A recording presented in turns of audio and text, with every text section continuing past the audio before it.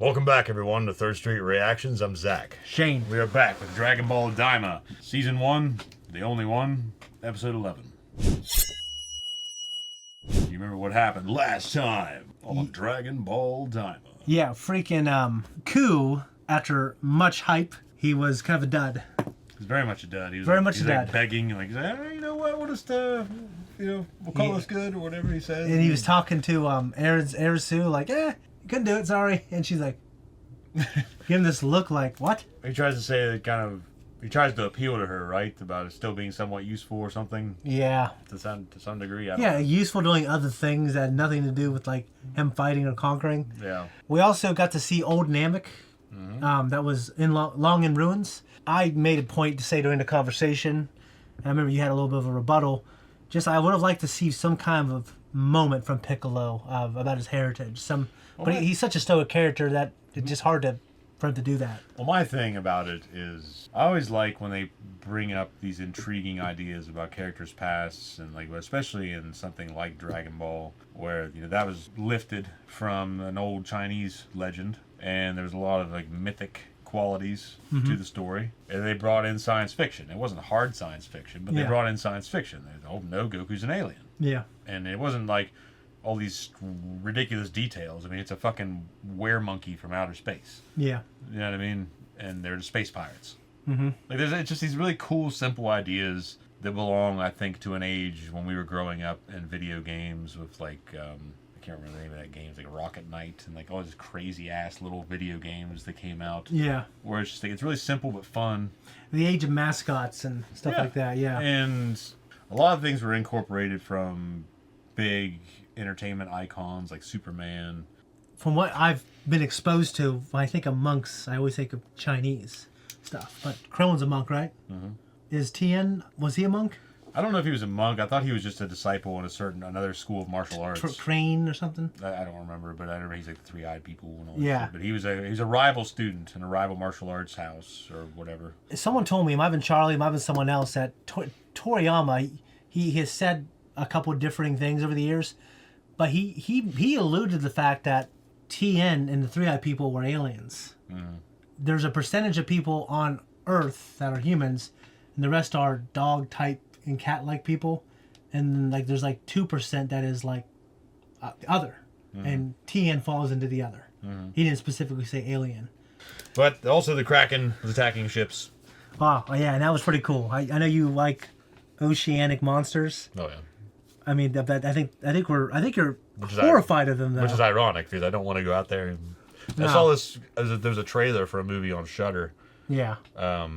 It's a movie about a serial killer who feeds people to sharks. That's just and an again awful thing. records them being eaten. And I, for some reason, am disturbingly intrigued. I want to watch this movie, but I know I'm going to hate it. About this, guys, we do put our reactions to anime on our Patreon, but they're available for everyone. You just got to click on the link and then come back here after the reaction's over and hear our discussion. We veer off a lot. That's what Zach and I like to do, and we go back and forth. And if you like it, just stick around. Also, check us out on Patreon for full-length reactions. Let's jump in.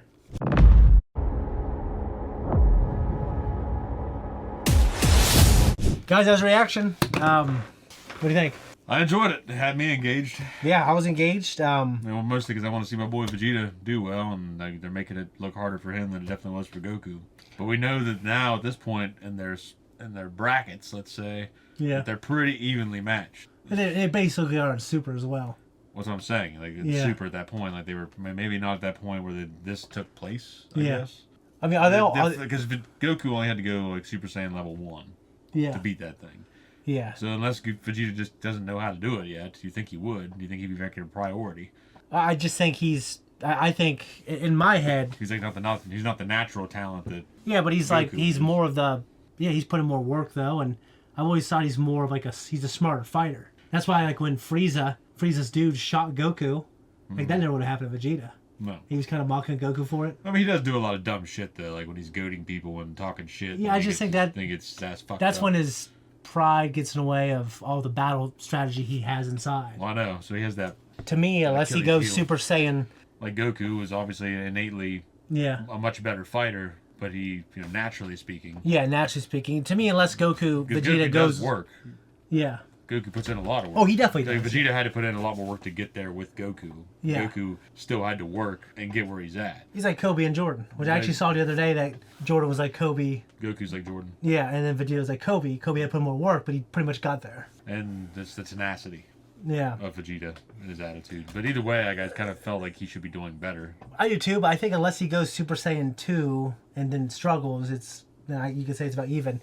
I mean, the way I understood it, 3 was hard, 2 was harder, and 1 was the hardest. Like, in terms of the Tamagotchi. Oh. Tamagami. Tamagotchi. Yeah, maybe so. I mean, I have to assume that, each one is a stage of advancement. Because Yeah. obviously, they can't just, get easier. Yeah. But then again, that they're providing more of a backdrop because the Tamagami aren't the be-all, end-all combatants Yeah. of this world. Like, they have to get through them to get to the Dragon Balls, but we still have King Goma. Yeah. What's his name? Like Aaron Sue and her machinations, and then Yeah. their brother. Who's Mountain working for Dew. them. I mean, Imagine Dew. Yeah, I know they have to just throw them out there and have these opponents. Uh-huh. I was fine with Boo being Boo. There were moments, especially in that old Dragon Ball Z world, Yeah. where humor was just back then. There's something that was just different about it. The Like that shen- series. I always thought the that season shenanigans. was weaker than prior Yeah. seasons. I'm not gonna say it was terrible, but it was definitely weaker Yeah. and too long. Yeah, because you have everything with the World Fighters Tournament, Yeah. and all the Majin people that showed up there. But either way, Boo, he had this really funny moments, Yeah. like when the way he talks to people. Like, you hurt Boo. When he's doing that thing where he's like dancing towards you, like walking towards you. Yes. That was like pretty insidious, actually. It was. Now here, it's like, I don't know, maybe some older, it's kind of buffoonery, It is buffoonery. You literally, they're But not. it's like definitely trying they're not not- to. It's not trying to be serious. No, and they're not meant to be in some way freaky. Like, Yeah. they're just ridiculous. And they're fighting over chocolate and all this other shit.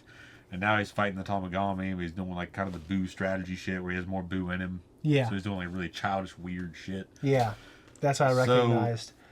You think he'll beat him?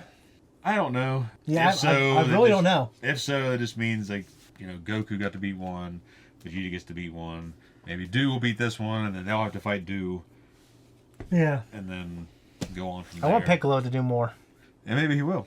Well, I mean, Yeah. with Super introduced an element where you can, that's out. I mean, was it not God mode?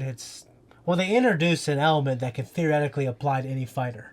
So it's not, you don't have to have Oh. Saiyan blood. It's like, oh, You're talking about the Destroyer aspect and the Super Saiyan God. I thought it was beyond God. I thought it was the last thing Goku became at the end of the tournament. Like the Ultra Instinct. Yeah, I think I read, and it was in the Shonen Jump magazine or whatever. The writers were saying that theoretically, this is in here so other fighters that don't have the advantage of just being a Saiyan, that have been out of the story for a while, can get back in the story. So They can make great advancements in their yeah, fighting like Piccolo or Krillin. Well, or, Piccolo, he gave him yeah, that moment where where Shenron's a little something. Yeah. Whatever he says to him, but just because he's a Namekian. yeah, Which for all the horrors of the CG in that movie, I wasn't a big fan of that replacing me either. hand Yeah. drawn shit. It I- looked bad. It looked stiff. Yeah, and I actually love that the Piccolo Gohan movie. But it took me a little bit to get past the CG because There are aspects about it I really liked, like the Red Ribbon Army coming back. no, that was all cool. But like you said, it would be to me twice as good if it was hand drawn. Because I've seen good CG in Attack on Titan and in the Broly movie, Yeah. and I was like, oh, they need that budget. They need whatever they did. They need to apply to that. Well, because what they did on the Broly movie, right, is they used CG, but they did a hand drawn filter. Yeah, they did that, and sometimes you just can't tell. It just all looks really good. There's only very few parts where you go, oh, that's obviously CG. Well, that one big scene where he turns into Gogeta and they're fighting, and it's like Broly, Yeah. Gogeta, and they're fighting in this weird disco fucking Yeah. void. That was ridiculous to me. That was the only black eye on that movie. But It Yeah. was a damn good movie. But I'm not looking forward to seeing much more of him or Yeah. Ku myself. Yeah, yeah. I don't care about him. I don't like him. I have no reason to like him. Okay, Neva. He's legendary Yeah. in Namekian circles. Yeah. He stayed behind to kind of be a groundskeeper Yeah.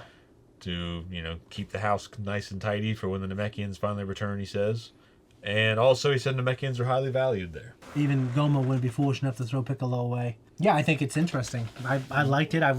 Because I was still going under the pretense that he was like this weird, senile, stinky Namekian. I liked him more here. Yeah, Piccolo calling him on it. Yeah. Like, drop the act. I like Piccolo does stuff like that. He's serious. And Yeah. like I said, I want them to incorporate Lord Slug. I want Lord Slug. Me too. I needs to. I would love a minute. I mean, Because if they're making Namekians important again, why not make like, you have Neva, yeah. who's like this old, doddering old stinky man. Yeah. Who just hanging out, waiting for his people to reunite. Why can't you have the antithesis to that? Yeah. Why go along with Goma? Well, I mean, I think it might just be that's the way that system works there. Goma, there's always going to be a demon king. Yeah. And Goma was the demon king, so... Does he understand? Well, Piccolo even asked him, he's like, what have you wished for something else? He's like, oh, then those details might get lost in my old foggy brain. Okay. So he's presented himself as this, doddering old fool. Yeah. So Goma just gets frustrated with him, but knows he's useful, so it keeps him around. But if Goma's watching everything on that TV screen, then the jig's kind of be up, right? Well, I wonder if he can hear them. Oh, yeah, I don't know. Actually, He might just see them, but he may not hear them. Yeah, that's a good point. Damn. I don't know. But then again, like they've been through great lengths to show in the beginning of this series where they were spying on everything that they were doing from a very close angle, so I don't know. But... Also, like I said, I know Vegeta... Yeah, I think because it happened towards the end of the episode, they got to have some stakes. The fighting itself was really good. I thought it was better than the mean fighting percentage of when Goku was fighting the other guy. Although the heights of that fight was very good. Yeah, and I liked that it was a lot more Dragon Ball-esque, like we discussed. Like intense and the fighting and everything. And in this respect, it's getting a little more Dragon Ball Z-esque. That's what I meant, yeah. Where it's a lot faster. And, Vegeta's giving barrages of energy blasts and things, where Goku was fighting a little more hand-to-hand. Yeah. And used energy when he had to. But I also felt Goku, ramped up slowly, too. And the guy just kind of matched it. Yeah. Whereas Vegeta's kind of going hot out the gate. Yeah. But at the same time, he didn't come full bore out of the gate. No, because he's not Super Saiyan. Yeah. So, anyways, guys, that's our reaction. Hope you like it. Tune in next week. We appreciate it. Leave a comment down below. Much love. See you next time.